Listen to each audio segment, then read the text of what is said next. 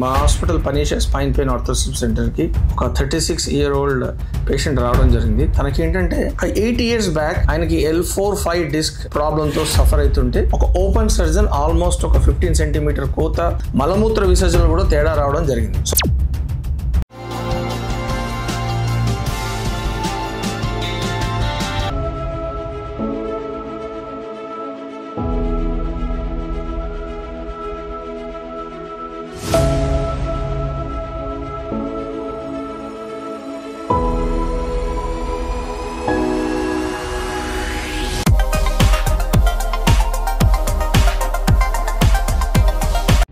Simple time line story చెప్తాను. మా hospital Panisha spine pain orthosis center కి ఒక 36-year-old పేషెంట్ రావడం జరిగింది. తనకి ఏంటంటే 8 years బ్యాక్ ఆయనకి L4-5 డిస్క్ ప్రాబ్లమ్ తో సఫర్ అవుతుంటే ఒక ఓపెన్ సర్జన్ ఆల్మోస్ట్ ఒక 15 centimeter కోత బోన్ మొత్తం కూడా నిబుల్ అవుట్ చేయడం, that is nothing but laminectomy చేసి ఆ డిస్క్ తీయడం జరిగింది. Is almost now presently 140 kgs. So after almost 8 years తర్వాత ఏంటంటే again at the same level disc recurrent disc herniation రావడం జరిగింది. సేమ్ డిస్క్ మళ్ళీ బయటికి రావడం, నరం ప్రెస్ చేయడం, నడుము నొప్పే కాకుండా కాళ్ళలో తిమ్మిర్లు, మొద్దుబారడం, కాళ్ళలో వీక్నెస్, మలమూత్ర విసర్జనలో కూడా తేడా రావడం జరిగింది. So the same person has gone to the same doctor, X doctor. So తను ఏం చెప్పాడంటే, నువ్వు ఆల్మోస్ట్ 130 kgs ఉన్నావు, ఆల్రెడీ మనం ఒకసారి ఓపెన్ సర్జరీ చేసాం కాబట్టి మళ్ళీ చిన్నగా మనం ఓపెన్ సర్జరీ చేసి ఆ డిస్క్ తీయలేము, కంపల్సరీ మనం స్క్రూస్ బోల్ట్స్ వేసి దానికి ఒక స్టెబిలిటీ ఇచ్చి మాత్రమే మళ్ళీ ఓపెన్ సర్జరీ చేయాలి అని చెప్పడం జరిగింది. బట్ ఏంటంటే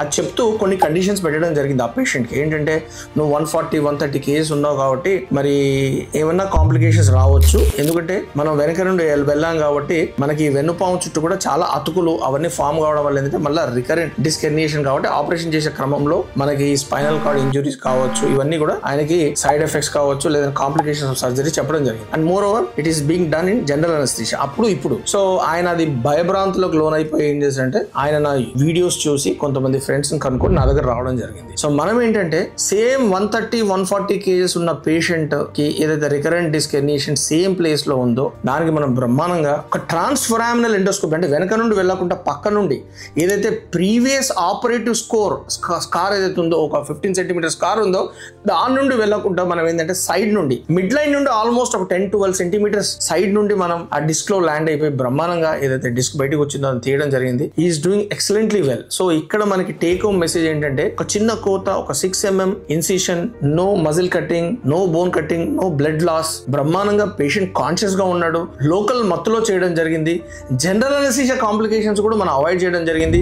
ఏవైతే ఆయనకి కాంప్లికేషన్ చెప్పడం జరిగిందో అవన్నీ కూడా మనం వితౌట్ దోస్ కాంప్లికేషన్ ఇక్కడ బ్రహ్మాండంగా చేయడం జరిగింది. And we have sent him home immediately the same day. That's a beauty of endoscopy, whether it is interlaminar or transforaminal. At Panasia Spine Pain Orthosis Center, myself I am Dr. Ramesh Gajla, Uppal Crossroads. We have only one center. Do subscribe our channel. Thank you.